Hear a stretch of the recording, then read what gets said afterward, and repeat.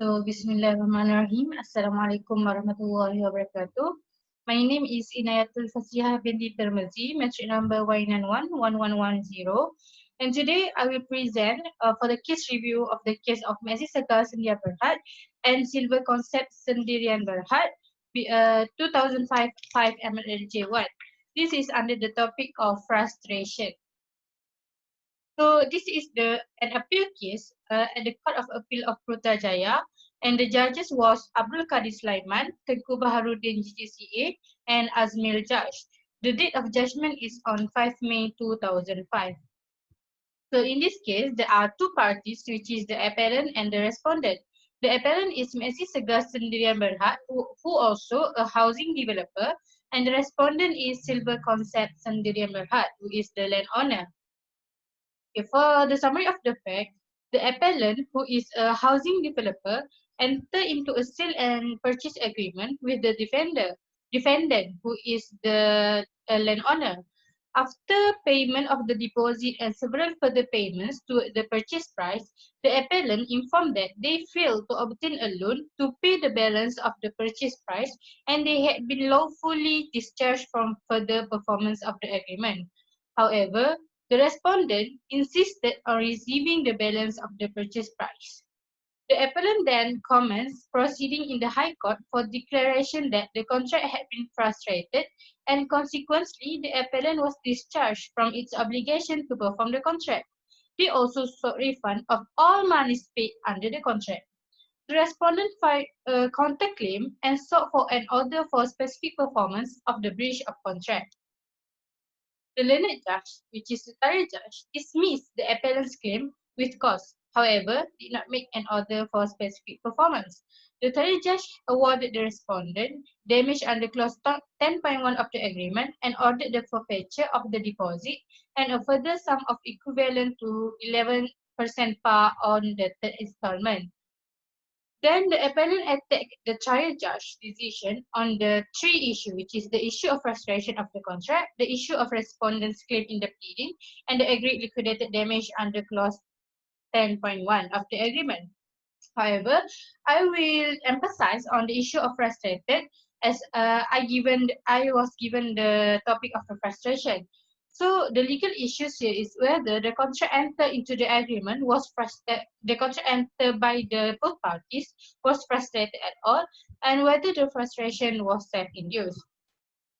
So the arguments by the parties, the appellant submitted that the obtaining of a loan from financial institution by the appellant to pay a substantial portion of the purchase price was clearly known.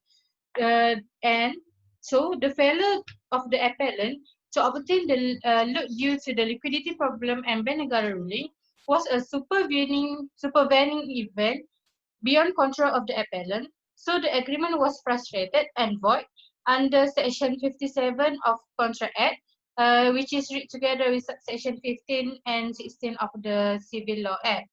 However, in the part of the respondent, they claim that the contract is not frustrated, so the appellant still obliged to pay the balance of the purchase price.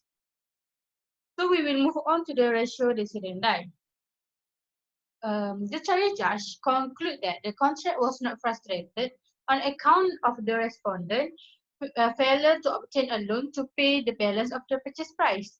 One of the statements of the trial judge stated that, but quickly and particularly, the doctrine of frustration cannot be brought into play merely because the purchaser finds, for whatever reason, he has not got the money to complete the contract. So it means that the frustration cannot be brought into this case because that's only because they did not get the money. Hence, there was no provision in the agreement stated that the agreement is conditional upon the plaintiff getting a loan in order to perform the obligation. Furthermore, the defendant, on the other hand, the defendant was ready and willing and able to perform their part in the agreement. In addition, the written contract was clear and unambiguous, so the court should not go behind the written terms of the contract.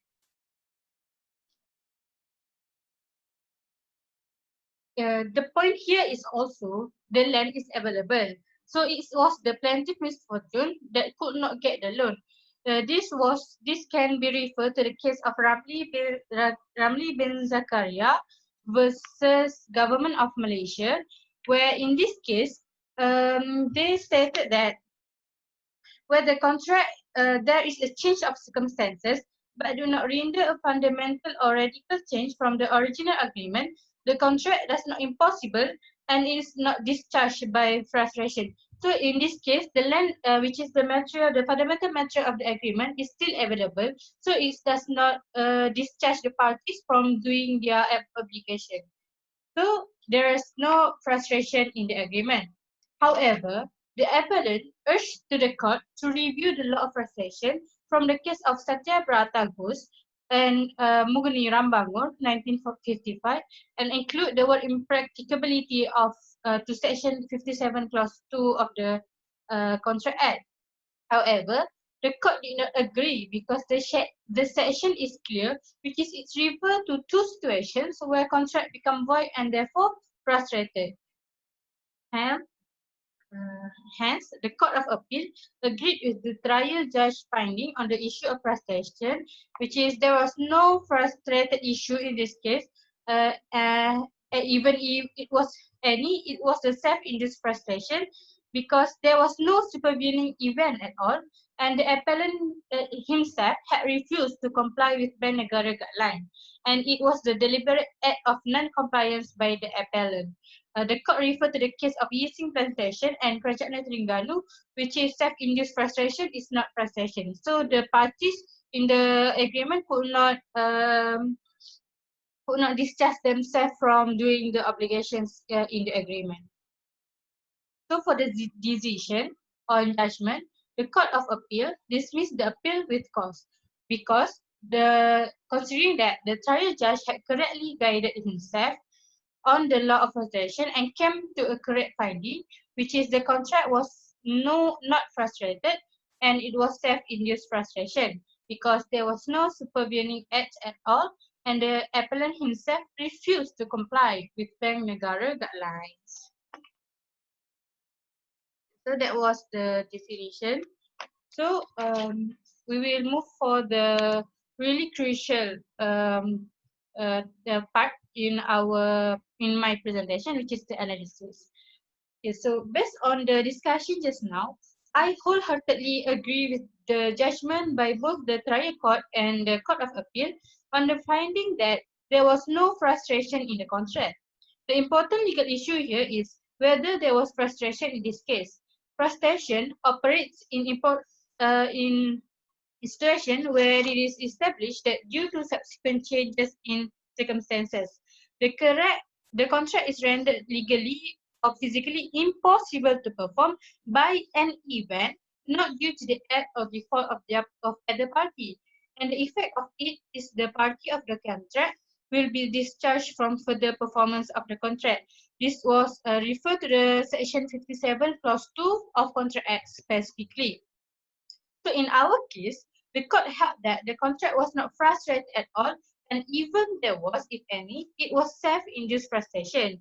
This can be illustrated in the case of Guan Aitmoh and Selangor Property Limited 2004, which is in this case, it outlines there were three elements in order the doctrine of frustration can be applicable.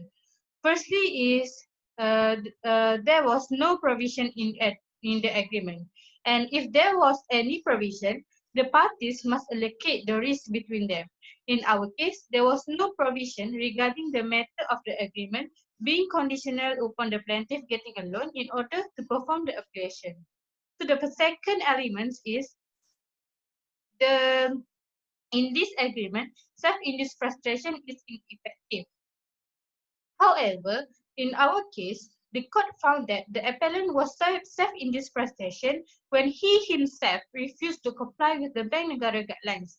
The act of the appellants that refused to comply with the guideline on borrowing the money to pay the further balance of the purchase price can be considered as self-induced frustration, which is when a person deliberately renders performance impossible. where the promiser himself is responsible for the frustrating event, such self-induced frustration does not discharge a party from his contractual obligation. So, the act of the appellant that refused to comply with the guidelines was a deliberate act, so it was self-induced frustration, hence it does not discharge the appellant from his obligation to pay the balance sum of the purchase price. And the third element is the event which is said to discharge the promise must be such that renders it radically different from that which was originally undertaken by the contract. However, in our case, the situation was not radically changed because the fundamental of the agreement is still available and the respondents still can wait for the appellant if they want to continue to the contract. In our case, the Court of Appeal in our case also mentioned one of the tests for frustration from the case of Ramli bin Zakaria and Government Malaysia 1982, where in this case, the court held that if after the contract, the circumstances had changed, but the changed circumstances did not render a fundamental or radical change in the obligation of the contract from the original. So, it was therefore not frustrated. In our case, the fundamental element of the agreement, which is the land, is still available and it does not radically change the obligation of the parties. Hence, it can be concluded that there was not frustrated. Consequently, the claim by the appellant to say that the agreement is frustrated cannot be taken into account, considering that they do not fulfill all the elements in the landmark case of frustration, which is the case of Buan Aigmo and Selangor Property Limited. Moreover, in my opinion, I think that the act of the appellant of their failure to borrow the money from Bank Negara is only the difficulty, but because which is if they can have other initiatives to take a loan from another organization, or they try their best to follow all the guidelines ruled by the Bank Negara to achieve the loan.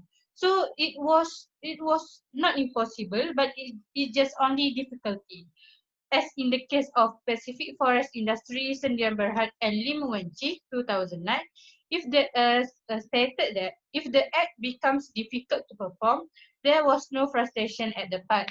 So there was no, because the act it still can be if the appellant take the other initiative to loan to take a loan from other organization or just follow the rule of the Bank Negara. So overall, based on all the discussion, I totally agree with the decision of the court on dismissing the appeal. Therefore, there was no frustration in this case. So I think that's all from me. Inayatul Fasihah from the case review of the topic case review of the case of MAXISEGAR Berhad and Silver Concept Sendirian Berhad. I think that's all from me. Thank you.